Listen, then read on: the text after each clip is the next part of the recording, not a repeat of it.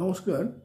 আজকের আমাদের আলোচনার বিষয় চতুর্থ ঘর বা ফোর্থ হাউস। এখন জ্যোতিষশাস্ত্রে এই জন্মকুণ্ডলিতে যে চতুর্থ ঘর বা ফোর্থ হাউস বা চতুর্থ যে ভাব, সেটা অত্যন্ত গুরুত্বপূর্ণ এবং এটা মূলত মানুষের জীবন, পরিবার এবং মানসিক ভিত্তির সাথে এটা যুক্ত। মাতৃস্থানীয় যারা আছেন তাদের সাথে সম্পর্ক কেমন হবে, মায়ের স্বাস্থ্য কেমন হবে এবং প্রাথমিক জীবনে মায়ের থেকে পাওয়া যে স্নেহ, ভালোবাসা, এইসব এই চতুর্থ ঘর থেকে নির্দেশ করে।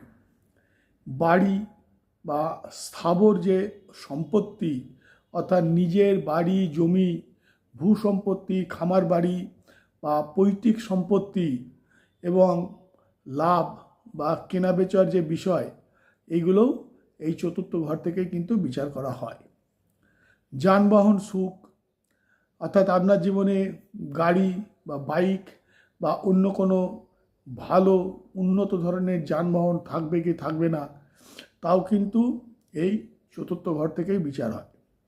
মানসিক সুখ শান্তি, আপনার জীবনে আনন্দ, মানসিক সুখ, সন্তুষ্টি এবং পারিবারিক যে পরিবেশ, সেটা আপনার জীবনে কতটা শান্তিপূর্ণ, তাও কিন্তু এই চতুর্থ ঘর থেকেই বিচার করা যায়। এছাড়া প্রাথমিক শিক্ষা, অর্থাৎ স্কুল জীবনের আপনার যে শিক্ষা এবং পড়াশোনা, সেইটারও বুনিয়াদ, অর্থাৎ শিক্ষার প্রাথমিক ব্যাপারটা তো প্রাইমারি, তারপরে হাই স্কুল, স্কুল জীবন থেকে হয়। তো সেই বুনিয়াদের উপরে ভিত্তি করেই তো তার পরবর্তী শিক্ষা জীবনটা তৈরি হয়। সেইটা কিন্তু এই চতুর্থ ঘর থেকেই বিচার করা হয়ে থাকে।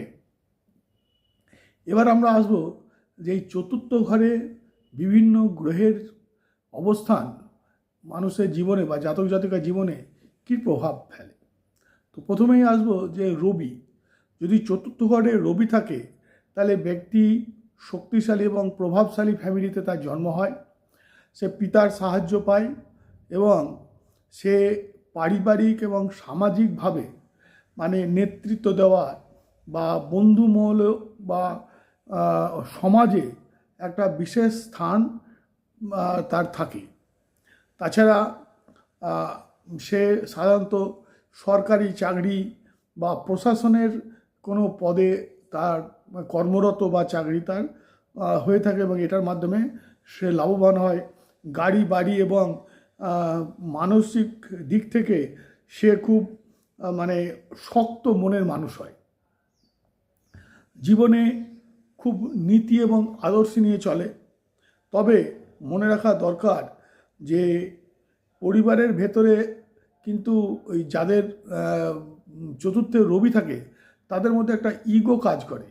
পরিবারের সকলের সাথে, বিশেষ করে মায়ের সাথে তার আদর্শগত কিছু অমিল অনেক সময় হয় এবং সে অনেক সময় বাড়ির বাইরে গিয়ে কর্মরত থাকে বা বাড়ি থেকে দূরে গিয়ে সে তার কর্ম করে। এই জিনিসগুলো কিন্তু চতুর্থে যদি রবি থাকে তাহলে কিন্তু হয়।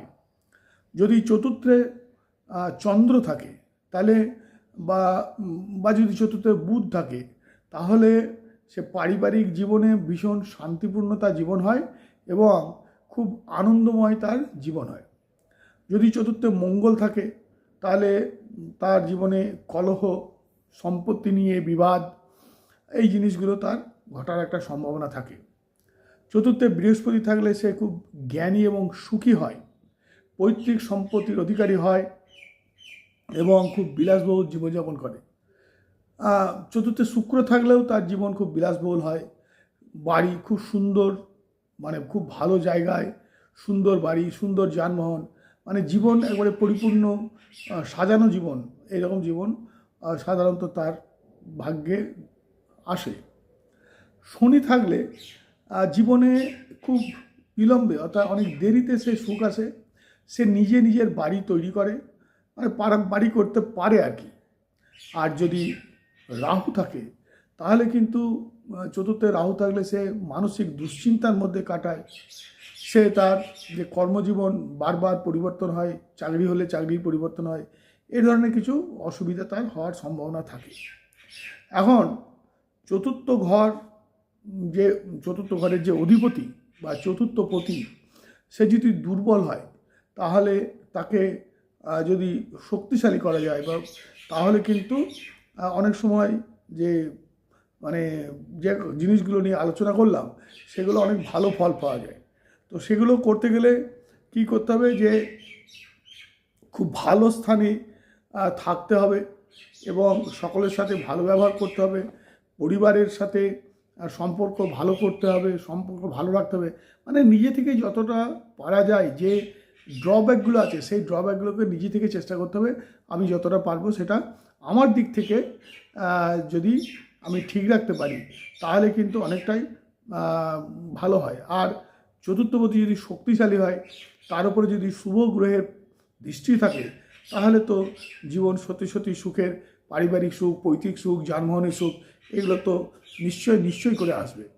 তো আপনি দেখুন আপনার চতুর্থপতি কোথায় রয়েছে, সে কি বলশালী, সেই হিসেবে আপনি আপনার পারিবারিক জীবন বা যে সমস্ত বিষয় নিয়ে আলোচনা করলাম সেগুলো কেমন হবে সেই বিষয়ে কিন্তু আপনি একটা আইডিয়া আপনার জীবন সম্বন্ধে পাবেন। যারা নিয়মিত ভিডিও পেতে চান তারা নিশ্চয়ই আমাকে সাবস্ক্রাইব করবেন, লাইক করবেন এবং কমেন্টে তাদের মতামত নিশ্চয়ই জানাবেন। সবাই খুব ভালো